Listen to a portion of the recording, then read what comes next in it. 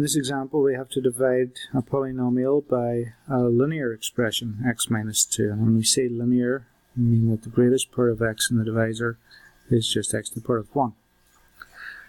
So the way we're going to do this is as follows. So the first thing to do is to write down every part of x that's in the polynomial. So we have an x to the 4, an x to the cubed, an x squared, an x, and then a constant. Okay, so we're going to have x to the power of 4, we'll have an x cubed, we'll have an x squared, we have x, and then we have c, which stands for constant. Okay, so you can just write that in here.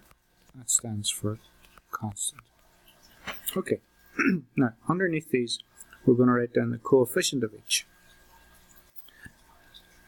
Excuse me. So that would be x4. The coefficient of x4 is 2. X cubed, the coefficient of x cubed is negative 5. X squared, the coefficient of x squared is negative 7. X, the coefficient of x is plus 12. And then the constant coefficient on its own is negative 4. Okay. So the next thing we're asked to do, we're asked to divide this by x minus 2. So what we're going to do is we're going to write 2 in front of the line of numbers that we had. So this might seem very repetitive to you, but it's just because we're taking time to explain it as thoroughly as possible this first way.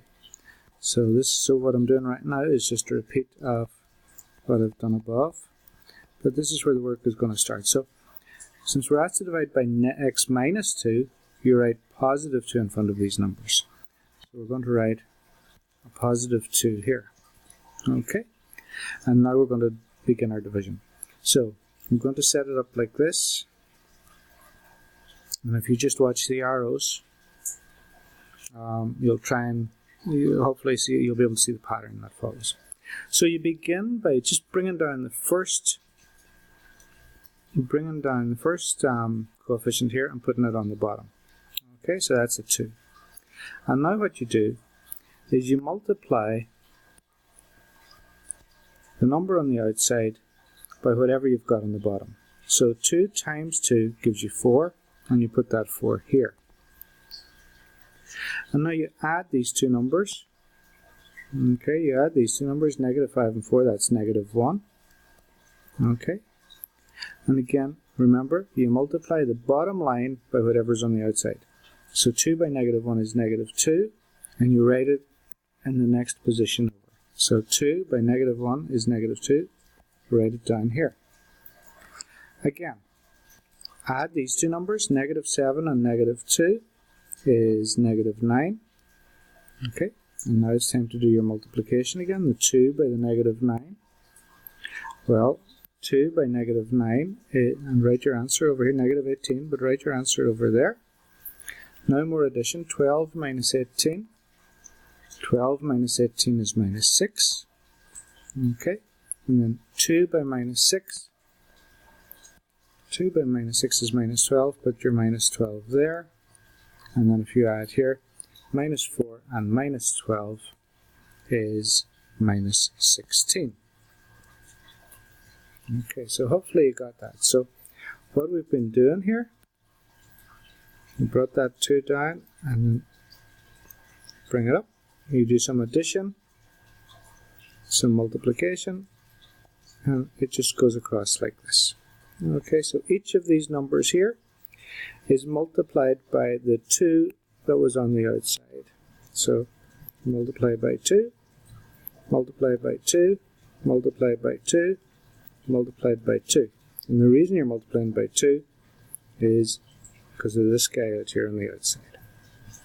So now we're nearly finished, and what we'll do now is, if you read what we've just said here near the top of your screen, at the end of this work, rewrite the powers of x, but all reduced by 1. So x to the power of 4 becomes x to the power of 3, x to the power of 3 becomes x to the power of 2, x to the power of 2 becomes x, x becomes a constant, and then what happens at the end? Well, the 1 on the end becomes the remainder. So now we have our answer. Okay, and how do you write it? Well, this is how you write it. If I can get my pen to work. Okay, so the original question was 2x to the power of 4 minus 5x cubed minus 7x squared plus 12x minus 4 divided by x minus 2. Now your answer comes from these last two lines. So it's 2x cubed minus 1x squared, or just minus x squared, minus 9x minus 6.